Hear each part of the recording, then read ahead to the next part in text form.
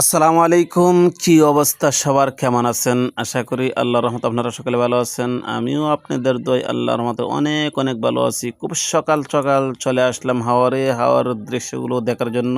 যে জায়গাতে একসময় ছিল ১০ থেকে ১২ হাত পানি, ওই জায়গাতে পানি চলে যাওয়ার পরে একদম মরুভূমি সাদা মাটি ছিল। আর এখন এই জায়গাতে একদম সবুজ শ্যামল যা কিছু আছে সবকিছু যেন একদম সবুজ হয়ে গিয়েছে। আমি আপনাদের সম্মুখে গত ১.৫ মাস আগে ভিডিও দিয়েছিলাম যখন মানুষে ধানের জমিগুলো লাগাচ্ছিল তখন। আর ১.৫ মাস পরে যখন আবার গ্রামে আসলাম, আসার পরে অসাধারণ সুন্দর দৃশ্য যেগুলো দেখার পরে ভাই মনটা একদম ভরে গিয়েছে।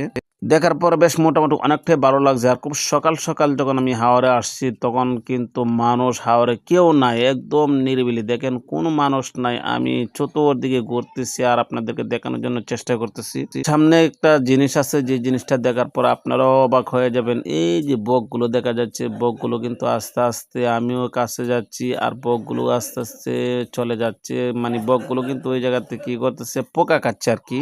তো ঘুরে ফিরে দেখতে থাকলাম আমার ধানের জমিগুলো বেশ মোটামুটি অনেকটা ভালো আছে। আমি দেখলাম আমার ধানের জমিগুলো ঘুরে ঘুরে দেখতে থাকলাম আমার ধানের জমিগুলো কিরকম হয়েছে। বেশ মোটামুটি অনেকটা ভালো। আর আহারের মধ্যে তো মনে করেন যে জমিগুলো লাগানো হয়েছে বেশ মোটামুটি সবার জমি একদম মানে খুব ভালো হয়েছে। দেখেন সবচেয়ে বড় ইম্পর্টেন্ট বিষয়টা হচ্ছে আমার কাছে একটা জিনিস খুব ভালো লাগলো, যে জায়গাতে পানি ছিল ১০ থেকে ১২ হাত আর এখন এই জায়গাতে মানুষ একদম ধানের জমি লাগে অনেক কিছু মানে করেছে।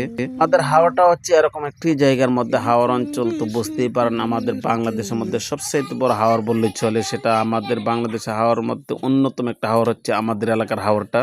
বাংলাদেশের মধ্যে সবচেয়ে বড় হাওর হচ্ছে আমাদের হাওর। যে হাওরের মধ্যে গেলে মনে করেন যে আমাদের গ্রাম দেখা যায় না, এত বড় একটা হাওর। আর এই যে দেখেন সামনে কোনো বাড়িঘর নাই, বিশাল বড় হাওর। এত বড় একটা হাওরের মধ্যে হাজার হাজার লাখ লাখ একর জমি আছে। জায়গার মধ্যে তো ধানের কোনো অভাব নাই। যখন আল্লাহ চাই, তো আল্লাহ যদি বাঁচায় রেখে বৈশাখ মাস আসলে তখন কিন্তু প্রচন্ড ধান হয়। এরকম পরিমাণ ধান হয় যে ধানের দ্বারাতে সারা বাংলাদেশের মধ্যে আমাদের এলাকার ধান সাপ্লাই দেওয়া হয়। তারপর আমাদের এলাকার হাওয়াটা হচ্ছে ভাই একটা অবহেলিত হাওয়া। আমাদের হাওয়াটার মধ্যে ভালো একটা রাস্তা নাই, যে রাস্তা দিয়ে সে মানুষ সে হাওয়ার থেকে ধান গ্রামে নিবে। এই যে দেখেন বিশাল বড় হাওয়ার, কোনো দিক দিয়ে বাড়িঘর নেই। এত বড় একটা হাওয়ার মধ্যে ভাই কোনো দিক দিয়ে কি আর বাড়িঘর আছে? আর আমি যখন খুব সকালে গিয়েছিলাম, সকাল থেকে যখন হাওয়ার মধ্যে যাই তখন একদম অন্ধকার ছিল। আর যখন হাওয়ার থেকে আস্তে আস্তে বাড়ির দিকে রওনা হয় তখন সূর্যটা আস্তে আস্তে উঠতেছে, এরকম একটা অবস্থা। এই যে দেখেন চতুর্দিক দিয়ে কুয়াশা। আর মানুষের ধানের জমিগুলোর অবস্থা আলহামদুলিল্লাহ বেশ মোটামুটি অনেকটাই ভালো। আমার ধানের জমিও ভাই আলহামদুলিল্লাহ অনেকটা ভালো আছে, যার কারণে কিন্তু আপনাদের সঙ্গে একটু কথাগুলো শেয়ার করতেছি, একটু দেখানোর জন্য চেষ্টা করতেছি। কারণ আমি গ্রামে আসলে চেষ্টা করি আমাদের গ্রামের যে দৃশ্যগুলো আছে এই দৃশ্যগুলো আপনাদের সঙ্গে তুলে ধরার জন্য, সবসময় চেষ্টা করি আপনাদেরকে দেখানোর জন্য। যেহেতু গ্রামে থাকি না, তারপরও যখন আসি চেষ্টা করি আপনাদেরকে দেখানোর জন্য। এই যে সামনে একটা দৃশ্য, এরকম দৃশ্য কি ভাই আপনাদের এলাকায় আছে? আমাদের এলাকার মধ্যে আসলে তখন কিন্তু এই দৃশ্যগুলো দেখা যায়।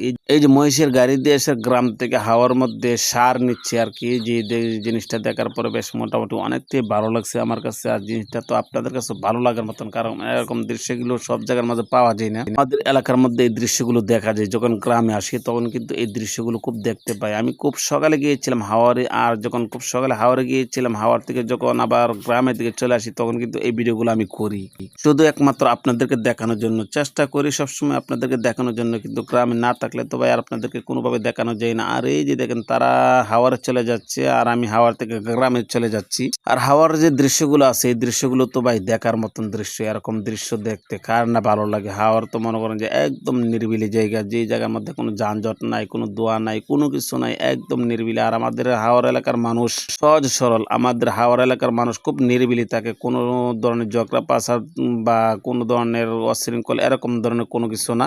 শহর এলাকার মানুষ তো বিভিন্ন কাজে ব্যস্ত থাকে, তারপরও অশৃঙ্খল করে। কিন্তু আমাদের এলাকার মানুষ হচ্ছে একদম সহজ সরল। আমাদের এলাকার মানুষের সাথে না চললে ভাই আপনি কোনোভাবে বুঝতে পারবেন না আমাদের এলাকার মানুষ যে কতটা সহজ সরল। আমাদের এলাকার মানুষ কোনো ধরনের কোনো যাই জামালত নাই, সারাদিন কাজ করবে, সন্ধ্যার সময় হলে বাড়িতে আসবে, এসে চা খাবে, পান খাবে, রিল্যাক্স একটা টানা ঘুম দিবে।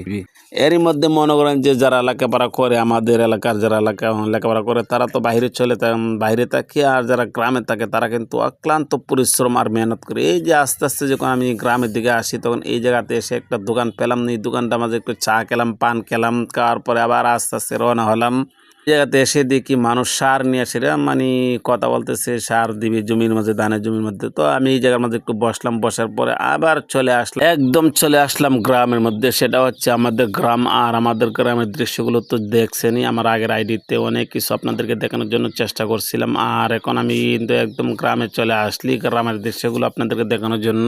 এসে দেখি একটা ছোট মহিষ আর একটা হচ্ছে বড় মহিষ, মানে একটা মহিষের উপর খুব কষ্ট হচ্ছে, আর একটা মহিষ এই যে দেখেন, একটা বড় একটা ছোট। তো আমি জিজ্ঞাসা করলাম, কি ভাই একটা বড় একটা ছোট কেন? তখন বলতেছে ছোট হলো কোনো সমস্যা নাই, সেটা হচ্ছে বেড়া। বেড়া মানুষের তো শরীরের মধ্যে একটু শক্তি বেশি থাকে, যার কারণে কিন্তু একটা হচ্ছে ছোট, একটা হচ্ছে বড়। আর এই যে একজন দেখছেন হোন্ডার দিয়ে সারা হাওয়ার মধ্যে সার নিচ্ছে, আর আমি তো একটু হাসতেছি দেখার পরে। মানে এরকম ভাবে সবসময় চেষ্টা করি আপনাদেরকে নিত্য নতুন জিনিস দেখানোর জন্য। তো ভিডিওটা শুরু থেকে শেষ পর্যন্ত যারা দেখছেন অবশ্যই কমেন্ট করে জানাবেন ভিডিও কেমন হয়েছে। ভিডিও যদি ভালো লাগে অবশ্যই লাইক কমেন্ট করে সাথে দেখবেন, যেন সবসময় এরকম ভিডিও আপনাদেরকে দিতে পারি।